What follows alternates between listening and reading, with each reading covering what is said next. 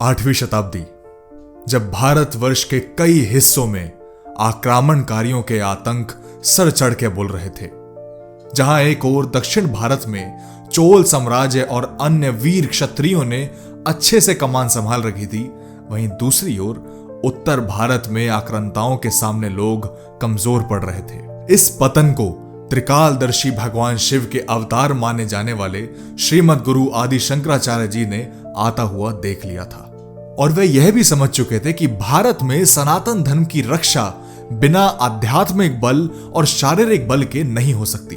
और तब उन्होंने सोचा कि हिंदू धर्म की एक खुद की भी सेना होनी चाहिए, और यहां जन्म होता है हिंदू धर्म के नागा साधुओं की सेना का।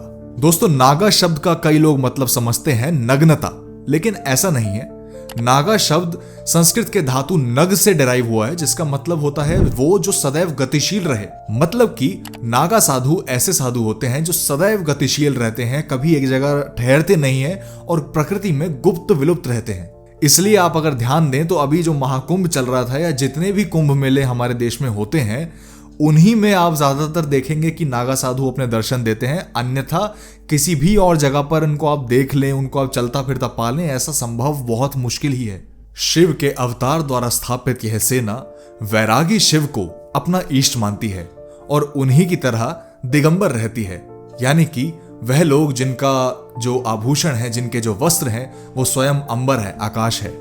जब वे तप करते हैं तो शिव की तरह ध्यान मग्न रहते हैं, और जब वो रणभूमि में उतरते हैं तो ऐसा लगता है कि मानो स्वयं वीरभद्र ही प्रकट हो चुके हों। श्रीमद गुरु आदि शंकराचार्य जी के द्वारा स्थापित यह सेना 7 अखाड़ों में विस्तारित है, जो आज की गिनती में 13 है, और इन सभी में से सबसे प्रमुख और प्राचीन अखाड़ा है जूना अखाड़ा। दोस्तों, नागा साधुओं की युद्ध शैली काफी विविध है, काफी डाइवर्स है। ग्योरिला टैक्टिक्स और हिट एंड रन टैक्टिक्स का इस्तेमाल करके अक्सर यह नागा साधु अपने दुश्मनों को धूल चटा दिया करते थे। इन साधुओं में न केवल शारीरिक बल बल्कि आध्यात्मिक बल भी पूरा होता है, तभी तो ये साधु पूरी तरह से सनातनी योद्धा कहलाते हैं। अब इससे पहले मैं आपको ये बताऊं कि नागा साधु बनने की कठिन प्रक्रिया क्या होती है और क्या महिलाएं भी नागा साधु बन सकती हैं या नहीं, इससे पहले मैं आपको हमारे इतिहास के कुछ ऐसे पन्नों से रूबरू करवाऊंगा जो ना तो कभी आपको एनसीईआरटी की कोई टेक्स्ट बुक बताएगी और ना तो हिस्ट्री का ज्ञान बखेरने वाले कुछ बिकाऊ यूट्यूबर्स।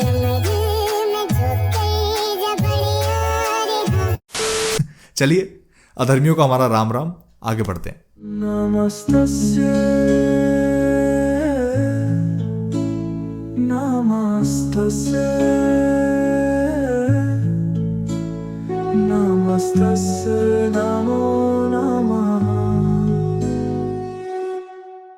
एक बार अहमद शाह अब्दली की क्रूर सेना ने श्री कृष्ण की जन्मभूमि, श्री कृष्ण की ब्रज भूमि पर यानी कि मथुरा और गोकुल पर आक्रमण किया।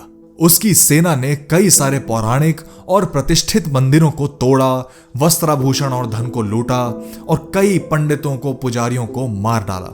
जो ब्रजवासी इस्लाम कबूल नहीं करता था उसको मार दिया जाता था, और कई सारी हिंदू महिलाओं का सड़क पर उनके परिवारों के सामने बलात्कार किया गया।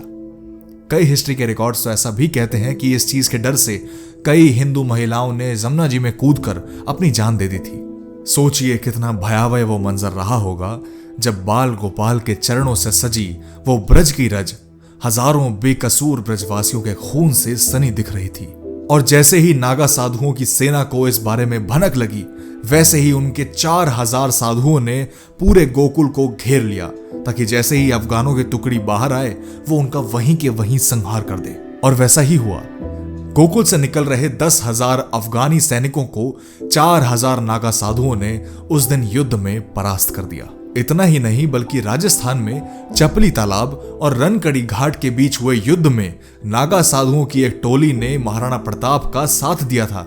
आज भी वहां पर कई ऐसे स्मारक मौजूद हैं जो वीर गति को प्राप्त हुए सन्यासियों की स्मृति में बनाए गए हैं। और तो और आप सोच के देखिए, जब औरंगजेब के जनरल मिर्जा अली तुरंग ने महादेव की नगरी काशी पर अटैक किया था सन 1664 में, तब भी नागा साधुओं की इस विकराल सेना ने उसको पूरी तरह से युद्ध में परास्त कर दिया था और हिंदुओं की रक्षा की थी। औरंगजेब ने उनके डर से और अपनी बेइज्जती के डर से काशी पर अगले 5 साल तक कोई अटैक करने का प्लान तक नहीं बनाया। इसके अलावा पानीपत की लड़ाई में मराठाओं का साथ देना, सन 1667 में औरंगजेब की आर्मी से कुंभ मेले की रक्षा करना, अहमद अली बंगस की सेना को संत गजेंद्र गिरी जी के 50,000 नागा साधुओं द्वारा परास्त करना, यह सब इतिहास के कुछ ऐसे अनकहे किस्से हैं जो हमारी जनरेशन को जानना बेहद आवश्यक है। यहां तक कि नागा साधुओं ने सन 1857 में हुए फर्स्ट रिवोल्ट ऑफ इंडिपेंडेंस में भी बहुत ही मेजर रोल प्ले किया था, जो कि था अंग्रेजों के कुशासन के खिलाफ। और तो और उन्होंने सन्यासी सत्याग्रह में भी एक बहुत ही प्रमुख भूमिका निभाई थी। दोस्तों, ये सारे किस्से मैंने आपको बहुत कम ही बताए हैं। उसके अलावा न जाने कितने ही ऐसे किस्से हैं जब नागा साधुओं ने अपनी जान की बाजी लगा के पूरे के पूरे सनातन वैदिक धर्म के मूल्यों और उनके लोगों की रक्षा के लिए सब कुछ न्यौछावर कर दिया था। अब आप सोच के देखिए कि अगर श्रीमद गुरु आदि शंकराचार्य जी ने नागा साधुओं की सेना की स्थापना नहीं की होती तो जरूर सनातन धर्म हल्का सा निर्बल और असहाय जरूर महसूस करता। लेकिन नागा साधु इतने पराक्रमी योद्धा और प्रचंड धार्मिक कैसे होते हैं और एक आम इंसान नागा साधु बन कैसे पाता है? आइए अब इस बारे में बात करते हैं। दोस्तों, नागा साधुओं का काम करने का तरीका जितना विकट है उतना ही कठिन एक साधारण मनुष्य के लिए नागा साधु बनने का सफर भी है। सबसे पहले जब एक इंटरेस्टेड कैंडिडेट एक अखाड़े को अप्रोच करता है तो वहां के साधु संत सन्यासी उसको कन्विंस करते हैं ना ज्वाइन करने के लिए, क्योंकि आगे की जो प्रक्रिया आने वाली होती है वो बहुत ही कठिन और विकराल होती है। लेकिन अगर फिर भी वह कैंडिडेट अपनी बातों पर अड़ा रहता है, अपने डिसीजन पर अड़ा रहता है, तभी आगे की प्रक्रिया कंटिन्यू होती है।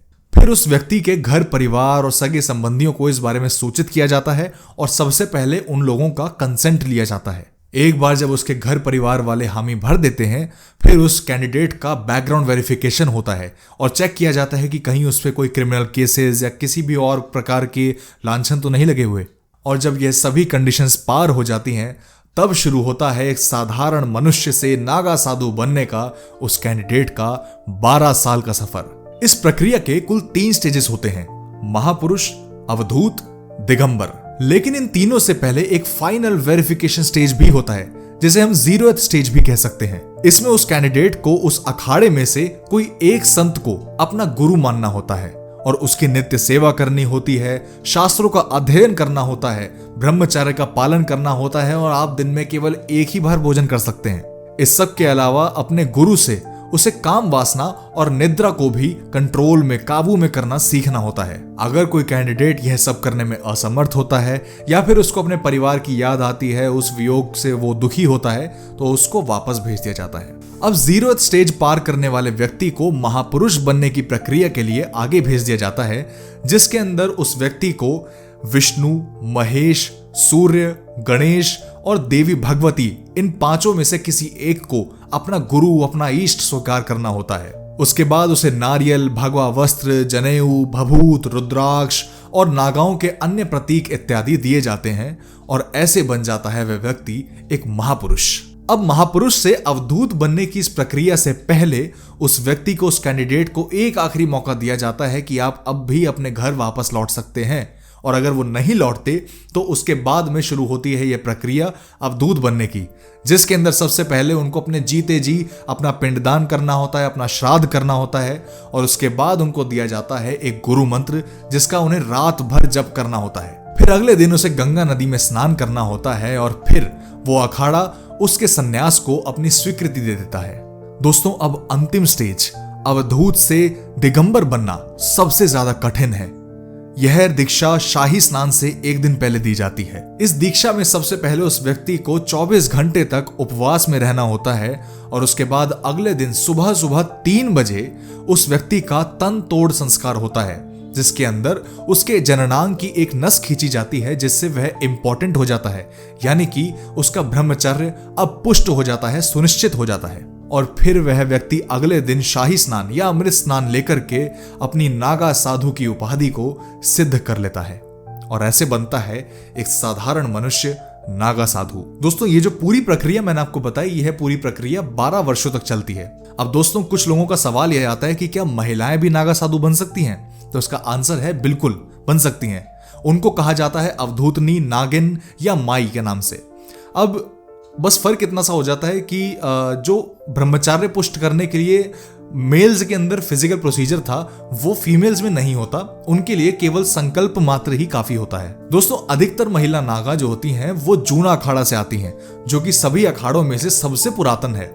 और तो और महिलाओं में सबसे श्रेष्ठ, सबसे सर्वोत्तम दर्जे के जो नागा होती हैं उनको श्री महंत कहा जाता है। तो दोस्तों, यह थी नागा साधुओं के बारे में A to Z पूरी की पूरी जानकारी। हमारे चैनल दी एपिक भारत का उद्देश्य केवल इतना सा है कि आज इंटरनेट पर अध्यात्म की, सनातन की और हमारे इंडियन हिस्ट्री की बात तो हो रही है, लेकिन लोग कहीं ना कहीं बहुत भ्रमित हैं, बहुत भटके हुए हैं। कोई कुछ कहता है, कोई कुछ कहता है। हमारे चैनल का उद्देश्य केवल इतना सा है कि हम वो बताएं जो शास्त्र कहते हैं, जो हमारे यहाँ के संत सन्यासी कहते हैं, और इंटरनेट की दुनिया तक ये इंफॉर्मेशन बहुत ही सरल शब्दों में और बहुत ही इजी टू ग्रास्प नॉलेज के फॉर्म में हम आप तक ये चीजें पहुंचाते रहें। और इसी कड़ी में हमारे लिए ये बहुत महत्वपूर्ण था कि हम आपको सनातन धर्म की इस शोभा से, नागा साधुओं की शोभा से भी परिचित करवाएं। आशा करते हैं कि हमारे इस एपिसोड का उद्देश्य पूरा हुआ, यानी कि आशा करते हैं कि आप सब नागा साधुओं की इस महिमा से परिचित हो पाए, अवगत हो पाए। दोस्तों, अगर आपको यह वीडियो पसंद आई हो, या एपिसोड पसंद आया हो, तो इसको लाइक करें, शेयर करें अपने दोस्तों परिवारों के साथ, और सब्सक्राइब करें हमारे चैनल दी एपिक भारत को, ताकि हम आप तक इस तरह की और एपिसोड्स हमेशा पहुंचाते रहें। नमः पार्वती पतये, हर हर महादेव।